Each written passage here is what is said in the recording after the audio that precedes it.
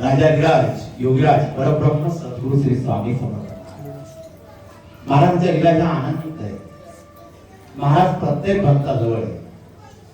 जो ब्रह्मांड नायक आहे तो प्रत्येक भक्ताची काळजी करत असतो. कारण की बडोद्याला आळवणी बाबा राहत असते. हे जगन्नाथ स्वामींचे सेवक असते. मुखामध्ये जय जगन्नाथ जय जगन्नाथ जय जगन्नाथ त्यांचं सतत नामस्मरण चालत असते. आणि त्यावेळी स्वामी महाराज यांचं भारत भ्रमण चालू होतं ब्रह्मांड नायकाचं. आणि स्वामी महाराज त्यावेळी हिमालयामध्ये होते. महाराज शांत बसले होते. हिमालयाच्या ज्या पाड्यामध्ये महाराज बसलेले होते. आणि बसलेले असताना स्वामी मंद असत होते. आणि त्यावेळी स्वामींना या आळवणी बाबांची आठवण झाली. आणि महाराज तिथून अदृश्य झाले आणि जगन्नाथपुरीला आलेले होते. जगन्नाथपुरीला भक्तांची अनोट गर्दी वाढलेली होती. सगळे भक्त दर्शनासाठी येत होते. आळवणी बाबांच्या मनामध्ये इच्छा प्रगट झाली की आपण जगन्नाथपुरीला जावं, आपल्या भक्तांना घेऊन जावं. आणि त्यांची पायी यात्रा जगन्नाथपुरीची सुरू झाली बडोद्यावर. मनामध्ये जगन्नाथ भगवंताचं नामस्मरण चालू होतं आणि आपली पायी यात्रा चालू होती. रोज एक एक नवीन अनुभव आयुष्यामध्ये येत होते. आणि मनामध्ये भाव होता जगन्नाथपुरीचा. आणि काही दिवसात मध्ये जगन्नाथपुरीजवळ ती येऊन पोहोचत होते. आणि काही क्षणाचं अंतर राहिलं की आपण 15-20 मिनिटाच्या अंतरावर जगन्नाथपुरीचं दर्शन घेणार, आपल्या भगवंताला डोळ्यांनी पाहणार आणि मन तृप्त होणार, हा मनामध्ये त्यांचा भाव चाललेला होता. आणि मुक्कामासाठी ते एका ठिकाणी थांबले. आणि मुक्कामासाठी रात्र झाल्यामुळे थांबल्यामुळे त्याची तब्येत खराब झाली. त्यांना अतिशय त्रास होऊ लागला. आणि त्यांचा त्रास त्यांच्या शिष्याने होऊ लागला. सर्वांना इतका त्रास झाला की रात्रमध्ये ते पूर्ण अशक्त झाले. त्यांना हालचालच करता येत नव्हती, काही आणता येत नव्हतं, काही घेता येत नव्हतं. जागेवर बसून त्यांचे शिष्य आणि आळवणी बाबा बसलेले होते.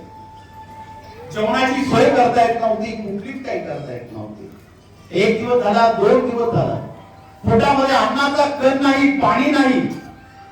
त्यामुळे सर्व शिष्य आणि आळवणी बाबा सर्व झोपून पडलेले होते. अंगामध्ये शक्ती नाहीशी झालेली होती. आणि मुखामध्ये जगन्नाथाचं नाव येत होतं. भगवंता ही कोणती परीक्षा पाहतोय?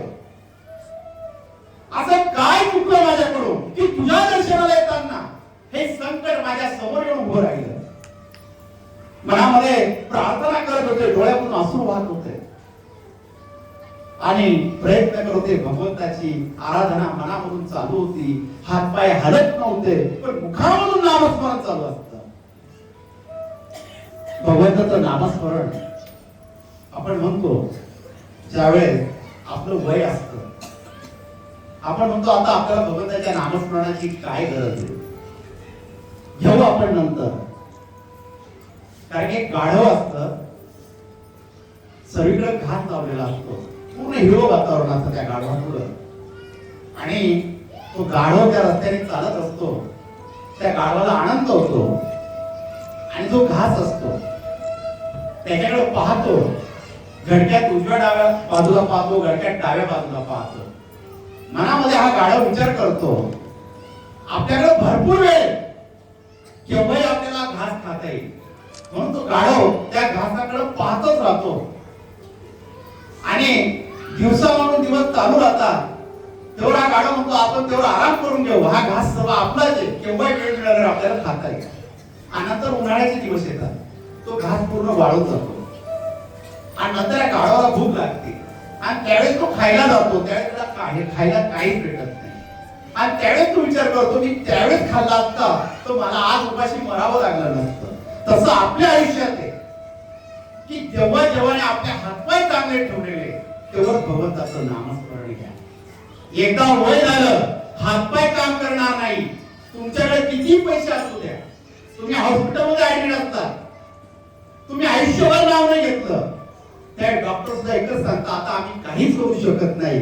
काय करत होतो उपरवाला करत होतो, भगवंत करत. आणि त्यावेळेस सर्वात फक्त आयुष्यामध्ये माझ्याकडे चांगले दिवस होते, मी देवाचं नाव कधीच घेतलं नाही, आणि शेवटच्या क्षणाला मला नाव घ्यायचंय तर मुखातून तेवढं नाव सुद्धा निघत नाही, त्यावेळेस पस्तावायची वेळ येते.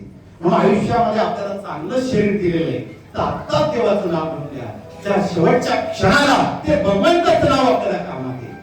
हे आरोग्य बाबा हीच कृपा करत होते भगवंताला. भगवंता, आयुष्यभर तुझं नाम माझ्या मुखामध्ये होतं, आणि आज अशी परिस्थिती आहे तुझ्या दारामध्ये मरण भेटते, याच्यासारखं तो भाग्य मला नाहीच आहे.